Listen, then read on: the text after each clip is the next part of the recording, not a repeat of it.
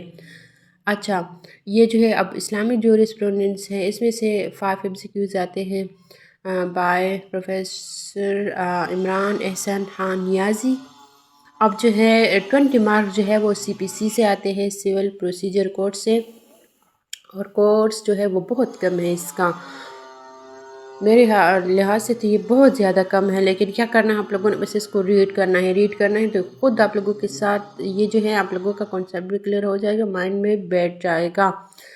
تو 20 مارک جو ہے CPC سے آتے ہیں۔ CPC کا سلیبس جو ہے وہ ہے فرام پریمبل ٹو 12 50 20 سیکشن 47 75 اور 96 110 اپیل والا ہے، 115 ہے، 151 ہے، آرڈر جو ہے 169 39 41 43۔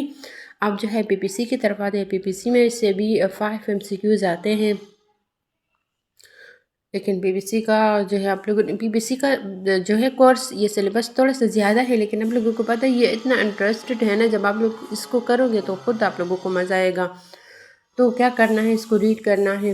اچھا، چیپٹر 2 جنرل ایکسپلینیشن ڈیفینیشن ہے، چیپٹر 2 چیپٹر 4 جنرل ایکسیپشن ہے، chapter 16 offenses affecting the human body، chapter 16A wrongful restraint and wrongfully confinement ہے، اینڈ چیپٹر 17 ہے offenses against property۔ بس یہ والا جو ہے آپ لوگوں کا سلیبس ہے، 5 MCQs اس میں سے آتے ہیں۔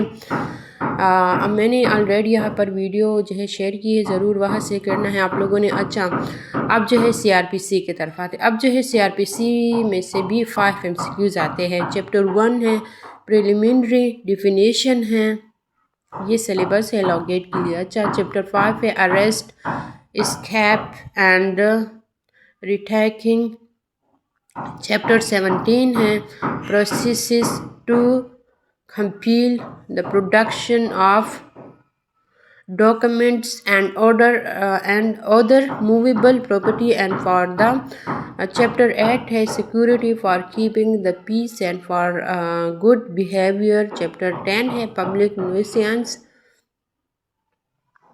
چیپٹر 11 ہے temporary orders in urgent cases of nuisance and apprehended dangers، chapter 14 ہے information to the police and their powers to investigate FIR، chapter 16 ہے complaints to magistrate،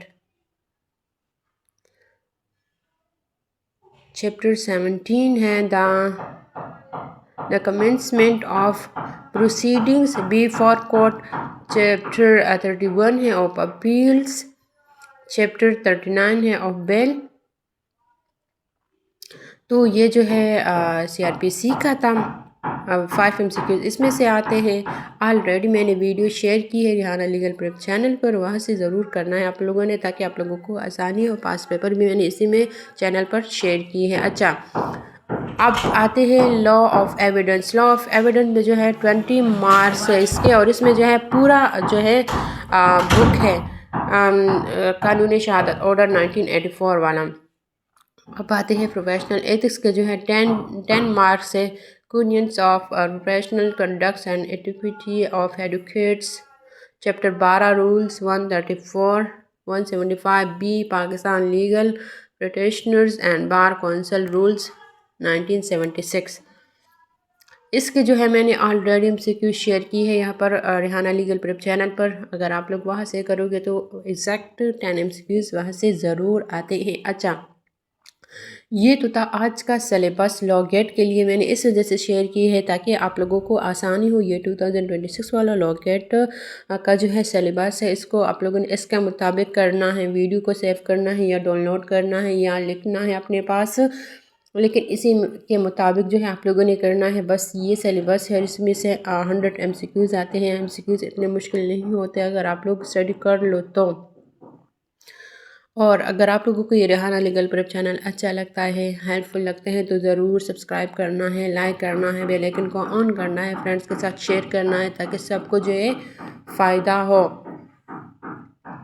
جہاں پر بھی آپ لوگوں کو سمجھنا ہے تو آپ لوگ براہ راست کمنٹ میں پوچھ لیا کرو، انشاءاللہ میں ضرور رپلائی دوں گی آپ سب کو۔